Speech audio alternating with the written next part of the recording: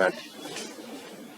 Mr. Chairman and friends, I am very happy to be with you here this morning and to share with you some of the thoughts about the cooperative movement. All of us living in developing societies are passing through a phase of shortages. The aspirations of our people since their liberation from foreign domination have grown considerably and rightly. People in the villages as well as in the cities are consuming much more they did before independence. Their habit of further consumption is rising and therefore we have shortages and we are not able to meet this rising demand. In any economy based on shortages, the essential condition is that the distribution must be made on equitable basis.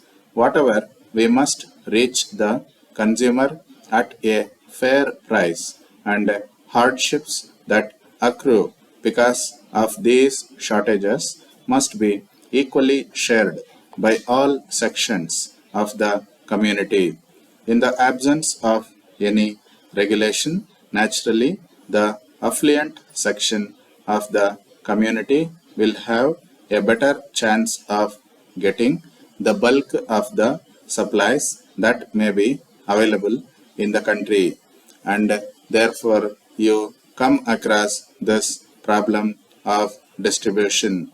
Distribution can either be regulated by government by series of controls or it can be managed by the people themselves. The two main directions in which one can move is either better state control in the distribution of the scarce commodities or distribution by the people themselves.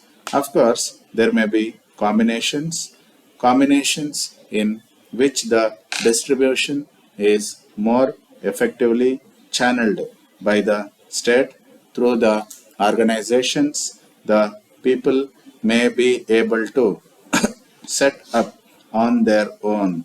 Therefore, this question of cooperative societies comes in because they can enforce voluntary discipline among the members. But may I say that the purpose of cooperatives is not limited to an economy of shortages. It is equally valid when we get over the economy of shortages into an economy where there are surpluses. The essential point in the cooperatives is that people have not only a share in the hardships that they may have to suffer, but also in the share of the profits that accrue from the distribution of a commodity. From the large number of our people who are in the lower income limits living in the cities or villages, one of the most essential conditions is that whatever goods that are being produced, whether in short supply or in plenty, they must get them at a reasonable price. And because there is a rise in the consumption habits, there will be greater production. Now, one of the heartening features of the movement of consumer cooperatives in our country has been the transformation that has been now achieved in moving from small consumer stores into larger consumer cooperative stores and then towards what we see as supermarkets. In any modern concept, there are certain essential goods that any household has to buy them at any one place instead of the housewife having to go around from shop to shop bargaining for goods and trying to speculate on its quality and price with other shops. I think greatest emphasis has to be laid on the efficiency of functioning of these organizations. The judgment and marketing ability of those who are operating these stores must be sound. No time and effort should be spared in creating this confidence in the members of the stores and in the public that the managements have the capacity and capability to run these stores well.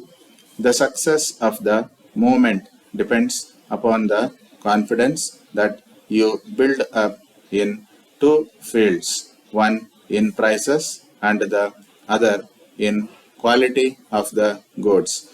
The other most important aspect in which confidence of members needs to be built up is the capacity and the integrity of the people who manage the stores. If the people that you choose for this program have the integrity and the capacity, this movement will undoubtedly grow rapidly.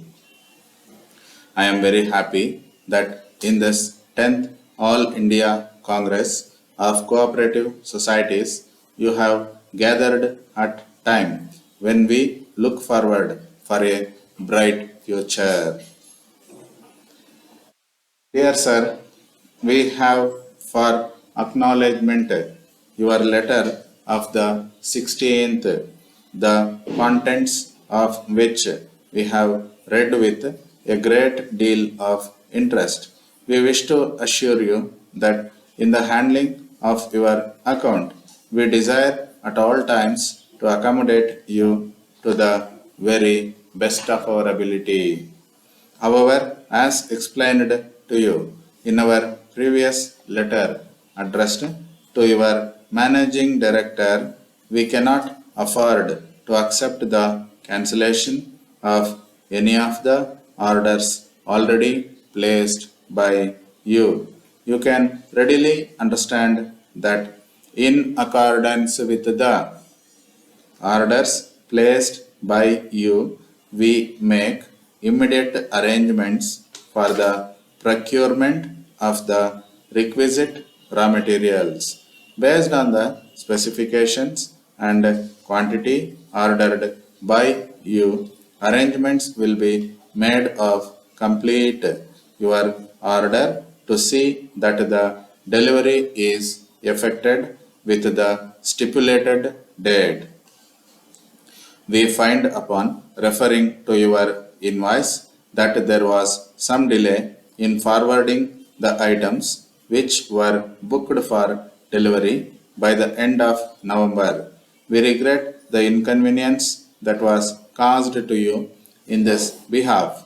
However, you would appreciate that our average dispatches have been very prompt to your orders, and in many instances we have accommodated you by anticipating the recorded dates of delivery.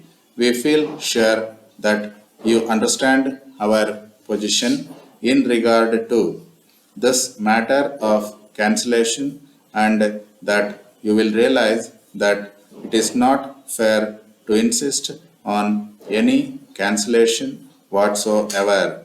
We are also reluctant to reduce the quantity of the goods. Nevertheless, we are willing to postpone the delivery of the goods which are coming to you for January to the end of February, and we trust that this adjustment will meet with your approval. We assure you that we value our business relations with you very highly and to serve you to your best satisfaction. yours faithfully.